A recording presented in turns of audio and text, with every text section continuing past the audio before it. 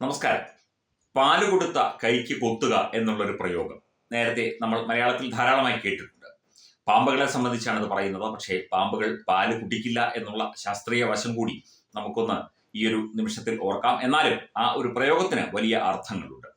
അതായത് ഒരാളെ കൂടെ നിർത്തുന്നു, ഒരാളെ ഒപ്പം നിർത്തി അയാൾക്ക് വേണ്ട എല്ലാവിധ സഹായങ്ങളും ചെയ്തു കൊടുക്കുന്നു, അയാളെ സ്വന്തം ആളായി തന്നെ കാണുന്നു, ഏറ്റവും വേണ്ടപ്പെട്ടവനായി കാണുന്നു. അവസാനം അയാൾ പുറകോട്ട് തിരിഞ്ഞു നിന്ന് നമ്മളെ ചീത്ത വിളിക്കുന്ന, അല്ലെങ്കിൽ നമ്മളുടെ കാര്യങ്ങൾ, രഹസ്യങ്ങളും നമ്മളുടേതായ ഒരുപാട് നമ്മൾ വിശ്വാസത്തോടെ പറഞ്ഞ ഒരുപാട് കാര്യങ്ങളൊക്കെ തന്നെ ഉറക്കെ വിളിച്ചു പറയുന്നു, ഉള്ളതും ഇല്ലാത്തതും ഒക്കെ വിളിച്ചു പറയുന്നു. അതിനെ ഈ പാല് കൊടുത്ത കൈക്ക് തിരിഞ്ഞു കൊത്തുക എന്ന് പറയുന്നതിൽ തെറ്റൊന്നുമില്ല. വേറെ ആരുടെയും കാര്യമല്ല പറഞ്ഞത്.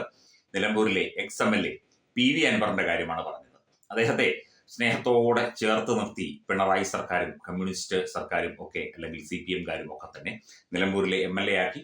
അദ്ദേഹം പറയുന്ന കാര്യങ്ങളൊക്കെ തന്നെ ഒരു ഭരണകക്ഷിയുടെ ഭാഗമായി തന്നെ നിന്നുകൊണ്ട് പലതും ചെയ്തു കൊടുത്തു. നല്ല കാര്യങ്ങളും ന്യായമായതും അന്യായമായതും ഒക്കെ ചെയ്തു കൊടുത്തു. അദ്ദേഹം കാണിക്കുന്ന തോന്നിയാസങ്ങൾക്കെല്ലാം കൂടെ നിന്നു. അവസാനം അയാൾ തന്നെ ഇവിടെ അന്തം വിട്ട പാരയുമായി ഇറങ്ങിയിരിക്കുന്ന കാഴ്ചയാണ് നിലമ്പൂരിൽ നിന്ന് നമുക്ക് കാണാൻ സാധിക്കുന്നത്. നിലമ്പൂരിലെ തെരഞ്ഞെടുപ്പ് ഗോതയിൽ എന്തും വിളിച്ചു പറയുന്ന അവസ്ഥയിലേക്ക് അൻവർ എത്തി. പക്ഷേ പലതിനും തെളിവില്ല. എന്നാൽ പോലും യാതൊരു നിലവാരവുമില്ലാത്ത ഒരുപാട് കാര്യങ്ങൾ വിളിച്ചു പറഞ്ഞുകൊണ്ട് കമ്മ്യൂണിസ്റ്റ് സർക്കാരിനും CPM-നും മുഖ്യമന്ത്രിക്കുമൊക്കെ വലിയ ഭീഷണിയായി മാറിയിരിക്കുകയാണ് PV അൻവർ എന്നാണ് ഈ വർത്തമാനകാല രാഷ്ട്രീയ മാറ്റങ്ങളിൽ നിന്ന് നമുക്ക് മനസ്സിലാകുന്നത്. ഇപ്പോൾ മനോരമ ന്യൂസിൽ വന്ന ഒരു കാർഡാണ്, അല്ലെങ്കിൽ ഒരു വാർത്തയാണ്. ഗോവിന്ദനെ സെക്രട്ടറി ആക്കിയത് ഞാൻ. അതായത് MV ഗോവിന്ദനെ, ശ്രീ കോടിയേരി ബാലകൃഷ്ണൻ മരിച്ചു കഴിഞ്ഞ ശേഷം താൽക്കാലികമായിട്ട് ശ്രീ A വിജയരാഘവൻ സെക്രട്ടറി ആയി വന്നു. പിന്നീട് സ്ഥിരം സെക്രട്ടറി ആയിട്ട് ശ്രീ MV ഗോവിന്ദൻ വന്നു. കമ്മ്യൂണിസത്തിന്റെ ഒരു രീതി അനുസരിച്ച്, CPM-ന്റെ രീതി അനുസരിച്ച് കണ്ണൂർ ജില്ലാ സെക്രട്ടറി സംസ്ഥാന സെക്രട്ടറി ആകുന്നു. ഈ സംസ്ഥാന സെക്രട്ടറി ആയിരിക്കും അടുത്ത മുഖ്യമന്ത്രി. അങ്ങനെയാണ് കോടിയേരി ബാലകൃഷ്ണനെ അവരോധിച്ചത്. പക്ഷെ അദ്ദേഹം ജീവിച്ചിരുന്നില്ല. അതുകൊണ്ട് MV ഗോവിന്ദനെ സ്ഥിരം സെക്രട്ടറി ആക്കി. അപ്പോൾ ഗോവിന്ദനെ സെക്രട്ടറി ആക്കിയത് ഇവിടെ CPM സംസ്ഥാന സെക്രട്ടേറിയറ്റോ അല്ലെങ്കിൽ PBO ഒന്നുമല്ല, PV അൻവർ ആണ് എന്നാണ് പറയുന്നത്. PV അൻവർ പൊളിറ്റ് ബ്യൂറോ അടക്കി ഭരിക്കാൻ തുടങ്ങിയത് എന്നു മുതലാണ് എന്ന് CPM-ഉം മുഖ്യമന്ത്രി ഗോവിന്ദൻ മാഷും ഒന്ന് വ്യക്തമാക്കിയാൽ കൊള്ളാം. MV ഗോവിന്ദൻ സംസ്ഥാന സെക്രട്ടറി ആയത് എന്റെ ഇടപെടലിലാണ് എന്നാണ് PV അൻവർ അവകാശപ്പെടുന്നത്. പാർട്ടി സെക്രട്ടറിയായി P ശശിയെ കൊണ്ടുവരാനായിരുന്നു മുഖ്യമന്ത്രിയുടെ ആഗ്രഹം, പിണറായി വിജയന്റെ ആഗ്രഹം അതായിരുന്നു. ആ തണലിൽ മുഹമ്മദ് റിയാസിനെ കയറ്റി നിർത്തുകയായിരുന്നു മുഖ്യമന്ത്രിയുടെ ലക്ഷ്യം എന്നും PV അൻവർ പറയുന്നുണ്ട്. അതായത് P ശശി എന്ന് പറഞ്ഞാൽ പഴയ കണ്ണൂർ ജില്ലാ സെക്രട്ടറിയാണ്. അദ്ദേഹം ചില കേസുകളിലൊക്കെ പെടുകയും അതുപോലെ തന്നെ ചില ജനവിരുദ്ധ നയങ്ങളുടെ ഭാഗമായിട്ടൊക്കെ തന്നെ അദ്ദേഹത്തെ പാർട്ടിയിൽ നിന്ന് മാറ്റി നിർത്തി. തുടർന്ന് അദ്ദേഹം സംസ്ഥാന സെക്രട്ടേറിയറ്റിലെത്തി മുഖ്യമന്ത്രിയുടെ സ്പെഷ്യൽ പൊളിറ്റിക്കൽ സെക്രട്ടറി ആയിട്ട് മാറി.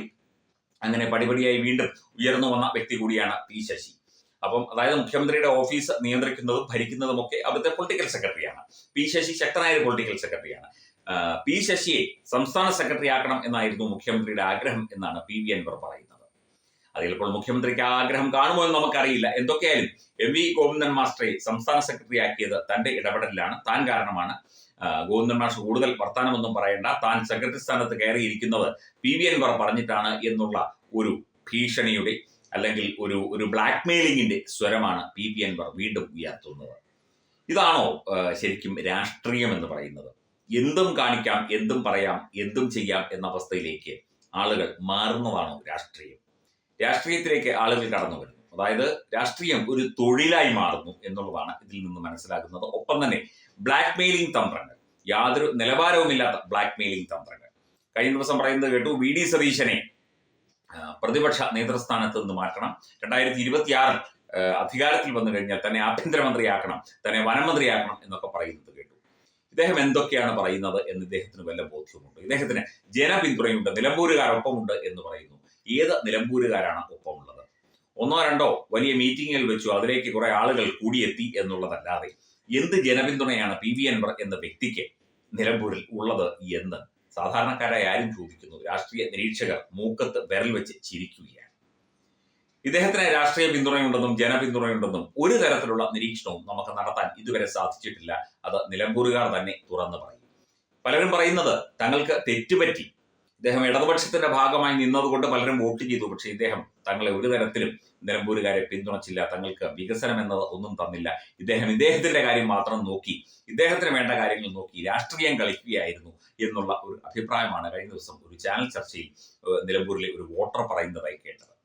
അപ്പം MV ഗോവിന്ദനെ സെക്രട്ടറിയാക്കി. ഇനിയിപ്പോൾ ഇദ്ദേഹത്തെ പിണറായി വിജയനെ മുഖ്യമന്ത്രിയാക്കിയത് താനാണ്, നരേന്ദ്രമോദിയെ പ്രധാനമന്ത്രിയാക്കിയത്, രാജ്നാഥ് സിംഗിനെ പ്രതിരോധ മന്ത്രിയാക്കിയത്, പ്രതിപക്ഷ നേതാവ് രാഹുൽ ഗാന്ധിയെ പ്രതിപക്ഷ നേതാവാക്കിയത്, വി ഡി സതീശിനെ കേരളത്തിലെ പ്രതിപക്ഷ നേതാവാക്കിയതൊക്കെ താനാണ് എന്ന് പറയുന്നു അദ്ദേഹം. അതിനുള്ള എന്ത് രാഷ്ട്രീയ ധാർമ്മികതയും രാഷ്ട്രീയ ബോധവും അല്ലെങ്കിൽ ഒരു രാഷ്ട്രീയക്കാരൻ എന്നുള്ള നിലയ്ക്കുള്ള നിലവാരവുമാണ് പി വി അൻവറിന് ഉള്ളത് എന്ന് സാധാരണക്കാരായാലും കൊച്ചുകുട്ടികളായാൽ പോലും ചോദിച്ചു പോകും. ഇപ്പോൾ CPM പുതിയ തലവേദനയുമായി എത്തിയിരിക്കുകയാണ്. ഇതിനകത്ത് അദ്ദേഹം ഈ ഇടയ്ക്കൂടെ പറയുന്നത് പി ശശി ആക്കണമെന്നായിരുന്നു ആഗ്രഹം. മുഹമ്മദ് റിയാസിനെ, അതായത് മരുമകനെ ആ തണലിൽ നിർത്തി അങ്ങ് പൊക്കിക്കൊണ്ടുവരികയായിരുന്നു മുഖ്യമന്ത്രിയുടെ ആഗ്രഹം തുടങ്ങിയ കാര്യങ്ങൾ ഉന്നയിക്കുന്നുണ്ട്. അതൊരു രാഷ്ട്രീയ ചർച്ചയ്ക്ക് വഴിവെച്ചിട്ടുണ്ട്. MP ഗോവിന്ദൻ ഈ വിഷയത്തിൽ പ്രതികരിച്ചോ എന്ന് നമുക്കറിയില്ല, പ്രതികരണമൊന്നും കേട്ടില്ല. അദ്ദേഹം പ്രതികരിച്ച ശേഷം അതേക്കുറിച്ച് കൂടുതൽ നമുക്ക് അന്വേഷിക്കാം.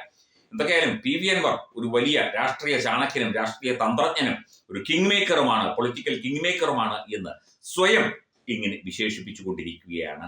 അത് അദ്ദേഹം സ്വയം അപഹാസ്യനാകാൻ മാത്രമേ ഇടയാക്കൂ എന്നുള്ളതാണ് നമ്മുടെ ഒരു മാധ്യമ പ്രവർത്തകൻ എന്നുള്ള നിലയ്ക്ക്, എന്റെയും ഒരു മാധ്യമ സ്ഥാപനം എന്നുള്ള നിലയ്ക്ക് തത്വമയുടെയും എളിയ ഒരു അഭിപ്രായം.